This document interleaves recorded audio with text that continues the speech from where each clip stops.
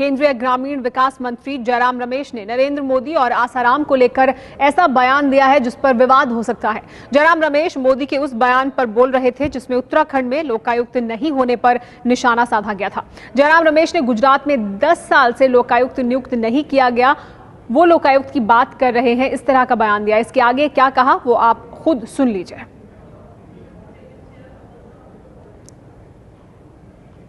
A guy who didn't appoint a Lokayukt for 10 years is hardly the person to speak about Lokayukt. For 10 years he didn't appoint a Lokayukt and he is giving Updesh on Lokayukt. This is like Asaram talking about virginity.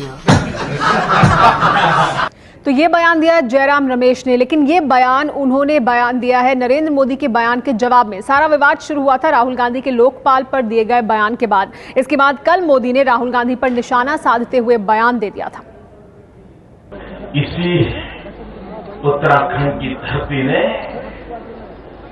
भुवन चंद जी खंडूरी के शासन में एक महत्वपूर्ण फैसला किया।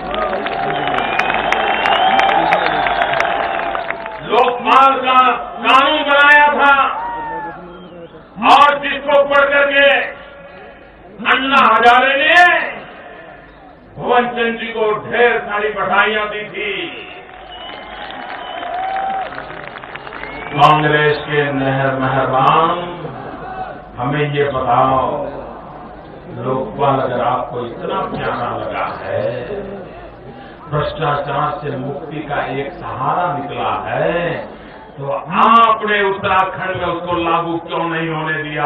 आपकी party ने लागू क्यों होने नहीं दिया? और ये जो बयान नरेंद्र मोदी ने दिया था उसके बाद जवाब दिया जयराम रमेश ने। जयराम रमेश ने बयान दिया, लोकायुक्त की बात करते हुए उन्होंने नरेंद्र मोदी की तुलना कर दी आसाराम से और एक विवादास्पद बयान दिया। मोदी की तुलना आसाराम से की। लोकायुक्त 10 साल से नियुक्त नहीं किया गुजरात में नरेंद्र मोदी ने, उस बात को लेकर इस पर और ज्यादा बात करने के लिए हमारे साथ बीजेपी के नेता जयनारायण व्यास जी जुड़ गए हैं। जयनारायण व्यास जी, आपने सुना नरेंद्र मोदी को लेकर जो बयान दिया है जयराम रमेश ने, लेकिन वो बात कर रहे हैं लोकायुक्त की। 10 साल तक नरेंद्र मोदी ने लोकायुक्त की नियुक्ति नहीं की और उसमें तुलना की आसाराम से उन्होंने उनकी। देखिए, ये एक कुतर्क है। यही प्रमाण है कि कांग्रेस के नेता जो हम कहते हैं कि मोदी फोबिया से कितने पीड़ित हैं।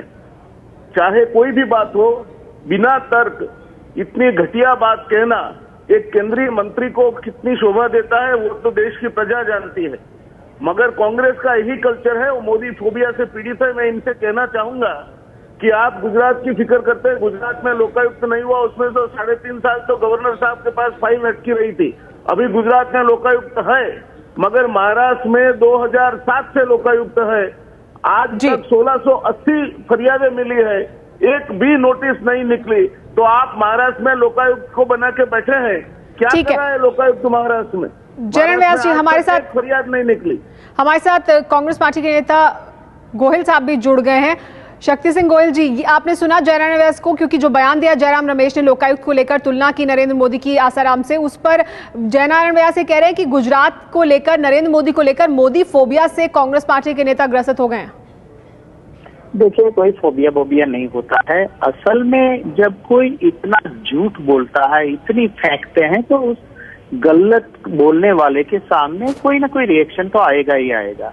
एक कानून है गुजरात में, कानून था, आज तक जितनी सरकारें आई लोकायुक्त बनते रहे। जयनारायण जी के पास ये 3.5 साल कह रहे, उसमें भी हकीकत से शायद उनको पता नहीं है। मैं एज ए लीडर ऑपोजिशन इस पूरी मुहिम में रहा, मैं जानता हूँ गुजरात के मुख्यमंत्री इंडिपेंडेंट लोकायुक्त चाहते नहीं थे। 10 साल लोकायुक्त नहीं रहा। 56 करोड़ सुप्रीम कोर्ट में, सुमेरा जी आपको और आपके सुनने वालों को भी ताजुब होगा, आरटीआई में अभी इंफॉर्मेशन 56 करोड़ गवर्नमेंट ट्रेजरी से गुजरात के मुख्यमंत्री ने बर्बाद किए कि क्योंकि गुजरात में लोकायुक्त नहीं आए और एक कानून नया लेके आए गुजरात में। लेकिन ये जो बयान है अभी जयराम रमेश ने जो बयान दिया है नरेंद्र मोदी को लेकर, उन्होंने नरेंद्र मोदी की तुलना आसाराम से कर दी। उस पर कह रहे हैं जयनारायण व्यास की आपको मोदी फोबिया से ग्रसित हैं कांग्रेस पार्टी के नेता, इसलिए इस तरह के बयान दे रहे हैं। देखो सुमेरा, मैं या जयराम रमेश जी तुलना करे ना करे, मैं आपको एक वीडियो क्लिप भेज दूंगा जिसमें आसाराम खुद नरेंद्र मोदी को गले मिल रहे हैं और कह रहे हैं कि ये रामदास को सिवा मिल गया। तो नरेंद्र मोदी और आसाराम की जुगलबंदी गुजरात के इलेक्शंस में बहुत चली हुई है और इसीलिए एक कमीशन जो बैठा था उस कमीशन को भी क्लीन चिट नरेंद्र मोदी ने आसाराम को दिलवाई है।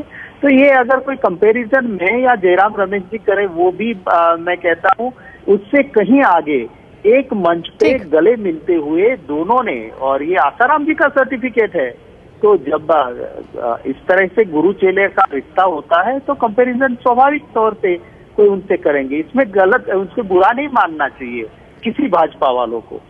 ठीक है, ये कहना है शक्ति सिंह गोयल का कि बीजेपी वालों को बुरा नहीं मानना चाहिए, और जयनारायण व्यास का ये कहना कि मोदी फोबिया से ग्रसित हो गए हैं कांग्रेस पार्टी के नेता, इसलिए इस तरह के बयान दे रहे हैं। बयान दिया था जयराम रमेश ने, विवादास्पद बयान नरेंद्र मोदी को लेकर। आप दोनों ही मेहमानों को हमारे साथ जुड़ने के लिए बहुत बहुत शुक्रिया।